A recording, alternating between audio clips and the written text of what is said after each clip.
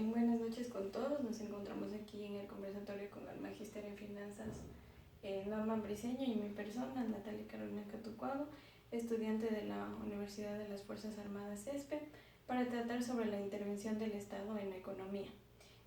Como bien podemos ver, en la economía existen tres tipos de economía, que es la economía de mercado, la economía socialista y la economía mixta. En nuestro país actualmente se podría decir que tenemos este tipo de economía de mercado y de economía mixta. Cuando hablamos de economía de mercado hablamos porque nosotros, como somos un país subdesarrollado, exportamos materias primas a otros países, entonces estamos hablando de un comercio internacional. Entonces con esto decimos que sería una economía de mercado. También se habla de una economía mixta porque al decir que hablamos de una economía mixta, estamos hablando de que nuestro país es un tipo de economía que se basa en la exportación y también en abrir puertas para que haya educación, para que los sectores se puedan desarrollar bien. También tenemos que para tratar este tipo de economías, lo primero que se hace y se reconoce es que cada gobierno de turno es la que utiliza una economía. Actualmente nuestro gobierno, como tenemos el actual presidente Guillermo Lasso, se denomina, como ya les había mencionado, una economía mixta. No sé qué nos puede decir al respecto, Magister. Claro, muy buenas noches. Como bien le dices, Carito, la intervención del Estado dentro de una economía depende mucho de la línea política, dependerá mucho del gobierno de turno. Tuvimos el caso, planteamos un Estado socialista en el anterior gobierno. En el actual gobierno queremos plantear un Estado capitalista, pero a fin de cuentas, en sí te doy la razón, porque eh, siempre el Ecuador se manejará sobre una economía mixta.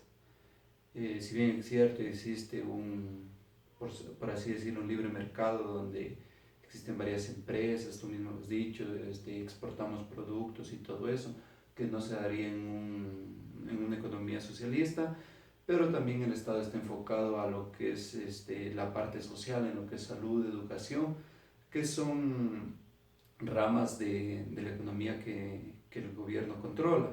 Tenemos también lo que son los subsidios, tenemos muchas de estas cosas que se dan dentro de una economía socialista. Vale recalcar también que el Estado ecuatoriano, si bien es cierto, dependemos mucho en anteriores periodos dependíamos mucho de lo que es los recursos petroleros. Ahora tenemos una diversificación de la matriz productiva que nos permite más enfocarnos en lo que es una economía mixta y, por qué no decirlo en un futuro, tal vez una economía de mercado, pero mucho dependerá de la realidad del país. Sí, como bien decías, sobre la matriz productiva, es cierto, porque justamente en la actualidad estamos viendo que ahora han cambiado los papeles. Anteriormente estábamos hablando de que nuestra economía dependía netamente del petróleo, pero en la actualidad ya este grado se ha bajado. Ahora estamos dependiendo de la manufactura en vez del petróleo. Entonces esto quiere decir que como país está avanzando poco a poco y para esto también se podría decir que debemos tener unas políticas económicas en nuestro país que nos permitan poder alcanzar estos cometidos. Como ya lo había dicho, somos un país que tiene muchos potenciales, pero que a veces los gobiernos de turno no están bien encaminados en llevar a cabo cada política económica. Sobre esto quería preguntarte, ¿tú qué piensas sobre la política económica de nuestro país? La política económica de nuestro país, si bien es cierto, es un amplio campo que podríamos tratar. Dentro de nuestro país, lo primero que tenemos que ver es que la política económica se puede dividir en política monetaria, la política fiscal, la política cambiaria. Bueno, dentro de la política fiscal tenemos lo que es las regulaciones en sí, los impuestos, tenemos lo que es las inversiones del país, el financiamiento del país, todo eso engloba lo que es la política fiscal, que podríamos hablar también un poquito más adelante. Tenemos lo que es la política monetaria, que si bien es cierto, como bien lo sabemos, a partir del 2000 nuestro país ya es un país dolarizado. Dentro de la política monetaria no es mucho lo que podremos hacer dentro como tal, como país, porque no tenemos la potestad para imprimir dinero, que hacen nuestros vecinos, como es Colombia, como es Perú, que hacen que impresión de dinero a veces para solventar algunas crisis. No tenemos lo que es política cambiaria, definir eso no podemos hacerlo porque, como bien lo digo, tenemos una moneda extranjera dentro de nuestro país. También lo que es la devaluación del dinero. Si nosotros no podemos hacer una devaluación del dinero, pero sin embargo esto nos ha dado una cabida, no sé si coordinamos en lo mismo o pensamos lo mismo, en que el dólar, no tenemos una propia, pero el dólar nos ha permitido enfrentar las crisis económicas a nivel mundial que han afectado, tanto a nivel mundial como a nivel de región, como países latinoamericanos. Las crisis económicas, el dólar nos ha permitido afrontar de alguna manera, defendernos de alguna manera de estas crisis económicas, no sé si... Claro, así como tú decías, si bien es cierto, sí, en parte, yo pienso que sí, la dolarización fue muy buena para nuestro país porque nos permitió posicionarnos a nivel internacional, tenemos una moneda fuerte, como lo vemos ahora en la actualidad.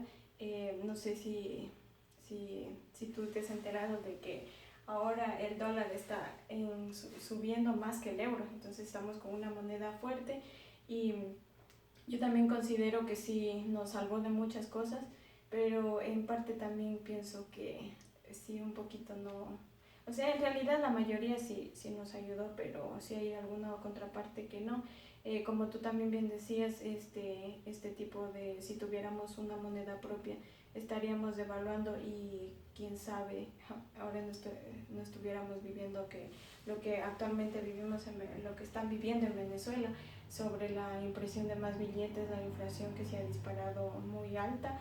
Entonces sí se podría decir eso, que es una moneda fuerte para nuestro país y que nos permite solventar algunas cosas, pero también podemos decir que dependemos mucho de Estados Unidos para tomar alguna resolución. Tenemos lo del FMI, el Fondo Monetario Internacional, el cual nos limita bastante al momento de hacer un préstamo, de pedir un préstamo para utilizarlo en nuestro país, para quizás crear una matriz productiva en beneficio de nuestro país. Entonces eso sí nos limita porque el FMI nos pone las condiciones. El FMI es el que nos da las pautas de lo que se debería hacer. Recientemente en el tiempo de pandemia habíamos visto que el exministro de Finanzas había hecho, cuando estábamos en plena pandemia, hizo el pago al FMI y se puso por encima de la salud de los ecuatorianos. Entonces sí, ahí estamos con un poquito de contraparte en eso, porque, o sea, debería ser distinta la situación, deberíamos poner uno como gobierno, bueno, en mi postura, pensando yo como un gobierno jamás pondría la salud de nuestros ecuatorianos por encima que el FMI, por debajo que el FMI. Entonces ahí sí hay un choque de... No sabemos por qué, pero esas son las políticas que tienen, ¿no es cierto? Entonces... Claro, exactamente, como tú bien lo dices, bueno, esto pasó que se decidió primero pagar la deuda externa antes de dedicar esos recursos para lo que era lo primordial que había en ese momento, que era el área de salud, que teníamos que estar preparados para lo que era la pandemia y todo esto. Sin embargo, tú mismo lo mencionas, el FMI, al momento de acceder a un financiamiento, él te pone las condiciones, te dice: yo te doy este dinero, pero tú haces esto, tú pones esta política y tú haces esto. Y son los problemas que últimamente hemos tenido en el país, que el Fondo Monetario Internacional te dice: quita esto, pon esto, y a veces la realidad del país no se da para esas cosas y hay la conmoción social que existió. También lo importante que te escuchaba decir era sobre el punto malo de la dolarización. Sí, y estoy de acuerdo contigo porque a la final de cuentas existen países, los países vecinos, Perú, Colombia, que cogen, devalúan la moneda, el dólar se aprecia ante ellos y tenemos el fenómeno que decíamos hace algunos años, que era ir a comprar en Colombia, ir a comprar en Perú, las zonas fronterizas, teníamos Carchi, el caso de nosotros acá en Loja, que íbamos y salían esa fuga de recursos hacia los países vecinos, que al final a ellos los beneficiaba, pero a nosotros nos perjudicaba. Si bien el gobierno quiso, el gobierno anterior me parece que fue, y este gobierno también, quisieron controlar esto con el impuesto a la salida de divisas. A la final de controlar un poco ese flujo de dinero que había hacia los países vecinos. Esas partes son las malas de la dolarización, pero como tú bien lo decías, hay las inflaciones de los países vecinos, Perú, Venezuela con una hiperinflación, ahora mismo Brasil, recientemente lo que está pasando en Perú también, la conmoción social que existe por la inflación que existe. Entonces tenemos que balancear, o sea, ver pros y contras. De la final yo pienso que el dólar sí en cierta parte nos ha beneficiado. Tenemos un sistema político muy inestable que a la final de cuentas, si tenemos la potestad de hacer una política monetaria y una política cambiaria, pienso que los políticos no nos van a beneficiar. Nosotros, tú como estudiante de economía y yo también dentro de la experiencia que he tenido y en los estudios que he realizado, sabemos que la política económica en nuestro país al momento está controlada. ¿Por qué? Porque los políticos de turno no pueden controlar mucho. Claro, si les diéramos esa potestad, tú sabes que notaríamos la realidad que estamos viviendo. Claro, como conclusión tendríamos que, o sea, las políticas de nuestro país deberían dar para más, deberían ser unas políticas un poco mejores de las que actualmente tenemos para que nuestro país se pueda desarrollar de mejor manera, para que nuestro país pueda tener una matriz productiva mejor y pueda salir adelante como siempre se lo ha hecho. En sí, los gobiernos de turno, cada gobierno viene con sus políticas implantadas o en implantarse, entonces sí se debería revisar ese tema muy a fondo. A veces solo lo pasamos por desapercibido, vemos que se ha puesto una nueva política y a veces solo la aceptamos, no hacemos nada por eso. No hacemos un análisis de la misma. Ajá, no hacemos un análisis, no tenemos un análisis a fondo de lo que en realidad es lo que está pasando en nuestro país. Entonces sí, quiero agradecerte por este tiempo y pues nada, será en una próxima oportunidad. Muchas gracias. Cuando quieras.